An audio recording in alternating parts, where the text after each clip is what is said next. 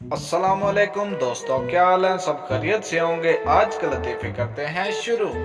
पहला लतीफ़ा वो पूछना यह था कि मोहब्बत के सफ़र में रोटी लेकर जानी पड़ती है या महबूब के घर से आती है।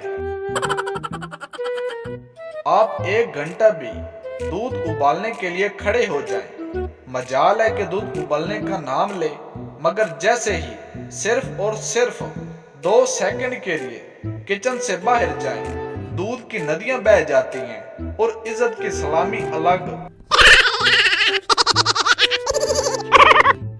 कब आएगा वो दिन जब वो कहेगी शॉपिंग के लिए पैसे दे और मैं कहूंगा मैनू बेच के शॉपिंग कर ले।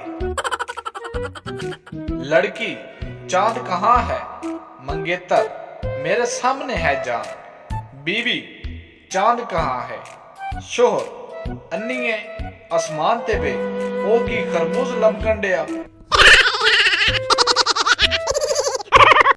लड़के सुबह सुबह उठ के मोबाइल देखते हैं और लड़कियां शीशा देखती हैं, रात वाली करीम से मुंह गोरा हुआ कि नहीं। बीवी घर का चिराग होती है तो सोचो अगर घर में 4 चिराग हो तो कितनी रोशनी होगी। हैंड फ्री पर गाना लगाकर साथ खुद गाएं तो लगता है हम जैसा सिंगर पूरी दुनिया में कोई नहीं। अगर जिंदगी से बहुत ज्यादा परेशान हो तो एक लंबी सी रस्सी लो और उसे दरख्त से बांध दो। खुदकुशी नहीं करना है, बस उसका झूला बनाओ और आराम से झूलो। जिंदगी के पंगे तो ऐसे ही चलते रहेंगे।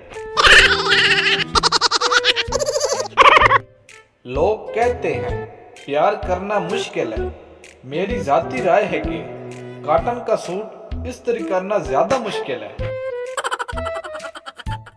लोग कहते हैं हमेशा अपने दिल की सुनो, पर मुझे ये समझ नहीं आती कि आप बंदा धक धक का क्या मतलब समझे।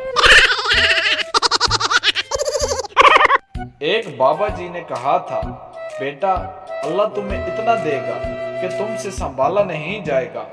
आज पता चला वो नोटिफिकेशन की बात कर रहे थे। लोग कहते हैं अच्छे लोग इस दुनिया में नहीं मिलते। अरे भाई आप मुझसे मिलो और अपनी गलतफहमी दूर करो। एक शख्स ने एक बुजुर्ग से पूछा, बाबा जी दुनिया में दोस्त और दुश्मन की पहचान कैसे की जाए? बाबा जी ने माचिस की डिबिया ली, 2 तीलियां निकाली, एक वापस रख दी, दूसरी को तोड़ के 2 हिस्से किए, अगला हिस्सा फेंक दिया, पिछला हिस्सा कान में डाला और बोले, पुत्र मैनू नहीं पता।